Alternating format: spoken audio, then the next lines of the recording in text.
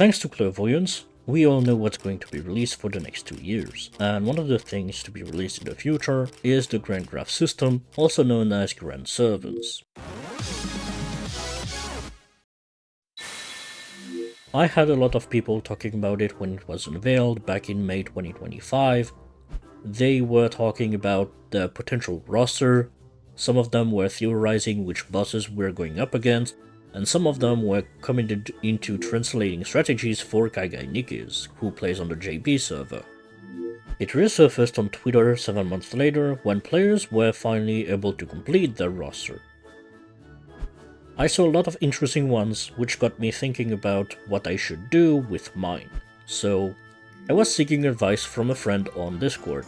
I talked about my plans and asked for feedback.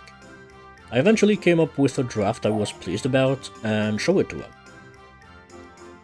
They just noticed I had a lot of characters with pink and purple hair in there, and this little remark planted the seed of a dumb yet brilliant idea. I scrapped the draft I had for something that better reflects my stupidity. I am now going to grant the Grand Servant status to servants with pink and purple hair. This, on its own, is not really difficult, so I made it harder for myself by adding 3 rules. 1. I cannot pick the same character twice, so let's say if I pick Gorgon as my Grand Avenger, I cannot pick Medusa as my Saber, Rider, or Lancer. 2. I must include Skyhawk, Drake, and Medusa. I'll explain why later. 3. No dudes. It's a dumb rule because I already had a Kojiro sitting at level 100 and he genuinely was about to be on this final roster, but I will talk about why I did not pick him when it's assassin time. I have to say, I had to put more thought into researching candidates than actually preparing these servants so they'd be fully operational as soon as possible. Anyway, let's begin with Sabers. I think I could have kept Okita there because her hair color is sometimes pink, sometimes white. Basically about as consistent as my upload schedule. Anyway, this is up for debate and one I am not willing to take part in, so I'm sorry Okita, but you're going to be replaced. I sat down, thought about it, and I think I will have to give the Grand Saber status to Medusa. She's my favorite servant of all time, she is fashionable and can break necks at the same time, and she's the reason why I got into Fate and the number 1 reason why I play FGO. As I've said earlier, I gotta include Medusa, Skyhawk and Drake, but Drake doesn't have an ult, so the rider spot is already taken, which means I had to move around a lot of things, especially with the rules I have set for myself. The thought process was, Medusa is popular enough to receive several alternative versions of her, and one of them happens to be in the Saber class, and the bonus is, she is a super strong, quick single target Saber, so that is a match made in heaven for me because, you know, I play quick servants most of the time.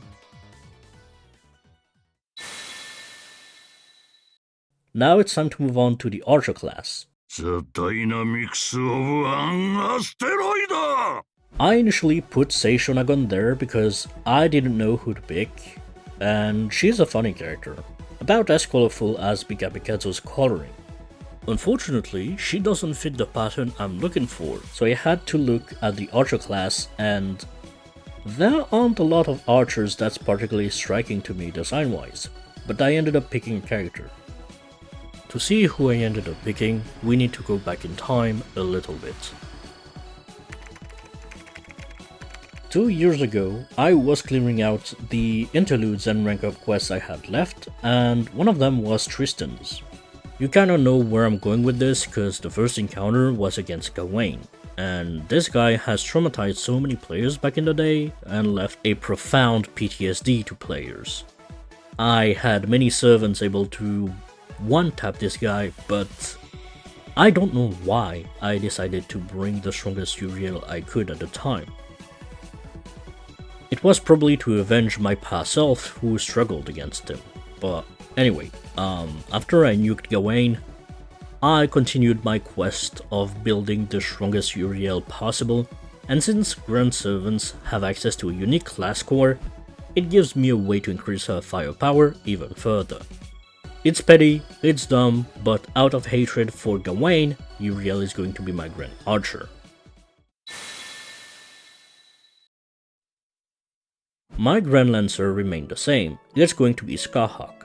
She was a character I saw a lot on Twitter, and with the process of exposition, I started to like the character, to the point she ended up being the second character in the trial I must include as my Grand Servant.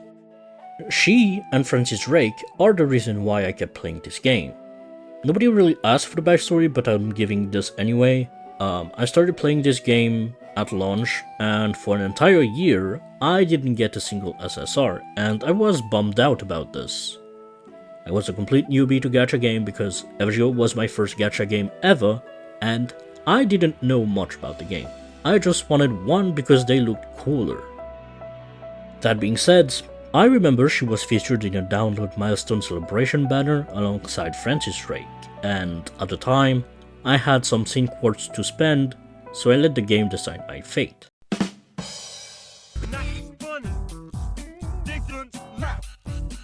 If I get at least one of the two featured SSRs, I will keep playing.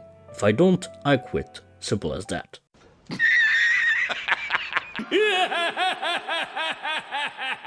Don't laugh, I was innocent back then. I didn't know the odds of getting one, but since I am sitting in front of my desk and telling you this story today, you can guess what happened.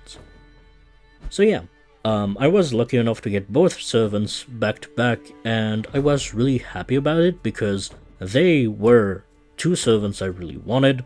I really like Skahawk thanks to the exposition she has on Twitter, and Francis Drake was mostly because I thought she was cool in Okeanos. Besides, she was the character that made me play Fate Extra before I saw news about Fate Extra Record being in development and put my playthrough on hold until the game was released. I'm recording this real quick as I am editing this video to say that aged poorly. I saw the announcement regarding Bandai Namco no longer being Extra Records' publisher, and the project was put in stasis until further notice. That is it, back to the video. So instead, I played Fate Extra Link, and she was one of the characters I played the most because her kit was very fun. This completes the trio I had to include in this roster. This is mostly motivated by the fact I like these servants, and also because Drake and Skahawk are my first SSR ever in this game, but it is also due to them being on my team since Okeanos. They have been carrying me from an early stage of FGO all the way up till the end of Lost Belt's arc, so I had to give them the status for it. Time to talk about casters. And I have to be honest with you, I don't like range combat at all, especially Magecraft. I have always hated it. I consider this the bane of my existence, until I saw Medea. She's the first witch that made me reconsider my stance on Magecraft. I'm still not a Magecraft enjoyer, but now I occasionally use it, and I can understand its potency in a lot of situations. I know this wasn't a part of the initial plan, since I wanted to give this role to Scatty because she played an important role in my FGO journey, but Medea has left a more significant impact on me. Assassin. It's an archetype I always play in video games, but despite my preference, it's one of the two classes I had the most trouble finding a candidate with. I had Kojiro as my potential Grand Assassin, and he could have been a perfect fit, but the reason why I replaced him with somebody else is because I want to have a perfect 120 Grand Assassin. This is something I can do with Kojiro, that's not a problem, but I have already 120'd a 1-star servant before, and I don't want to do that ever again. Having a perfect 120 1-star servant is only suffering, so I made it slightly easier for me by going for a 3-star servant or a welfare servant. It reduces my options significantly, since I cannot pick Skahawk thanks to my rule, Hilder's probably going to be out of the picture because I'd rather use her coins to cast Holy Grails rather than 120ing her, so my options are Serenity and 100 Faces. As much as I like Muscular Woman and wish to be folded like the uppercase delta in the Greek alphabet, I think I have an issue with 100 Faces. It's probably because the fantasy of the Faceless Assassin is not something I personally enjoy, so by process of elimination, Serenity is going to be my Grand Assassin. And to be honest, I don't really mind. She is a cool character, and historical records about assassins operating the exact same way as her is pretty badass. Alright, it's time for... This is the other class I have trouble finding a candidate with, because when you look at Berserkers fitting the bill for the pattern I'm looking for, there are only 4 servants for now. Tamamokat, Frankenstein, Nightingale, and Raiko. The thing is, out of all 4 of these characters, I had no fucking clue on who to pick, so I did the most normal thing possible and asked my friends which servant I should pick between all of them. They all said Raiko without any hesitation. I cannot really go against democracy, so I'm going to do it. The problem is, she is not the servant I have summoned yet, so I gotta wait until she is featured in a banner. Finally, we have extra classes. Extra 1 is going to be easy. As I have said, Skadi has played an important role in my FGO journey, so she is going to be my Grand Ruler. She is really important to me because she basically opened my eyes on how to play modern FGO, but there is also some attachment to that character. Her caster version is the first SSR I have at NP5. Yeah, NP5 support, blah blah blah, it's useless, I know. But she is also one of the first characters to be at Bond 15 on my account, so that shows, how important she is to me. Now it's time to talk about Extra 2, and I have a confession to make. I didn't know we had 2 spots for extra classes. I believe it was only 1 spot for all 7 extra classes. I'm pretty much picking one on the spot here. I know I have a lot of options there, and after thinking about it carefully, I am going to pick Summer Baobanshi, simply because I really like her Ascension 2 outfit. It created one of my most used reaction pick of all time, but besides this aesthetic choice, I really like the fact she wants to be a witch but sucks at magecraft. That's something I can relate, because I have been stuck in Summoner Duty in Final Fantasy XIV with my FC, but I cannot remember its rotation despite it being very, very simple. So that is why I kinda want her to be my Grand Pretender.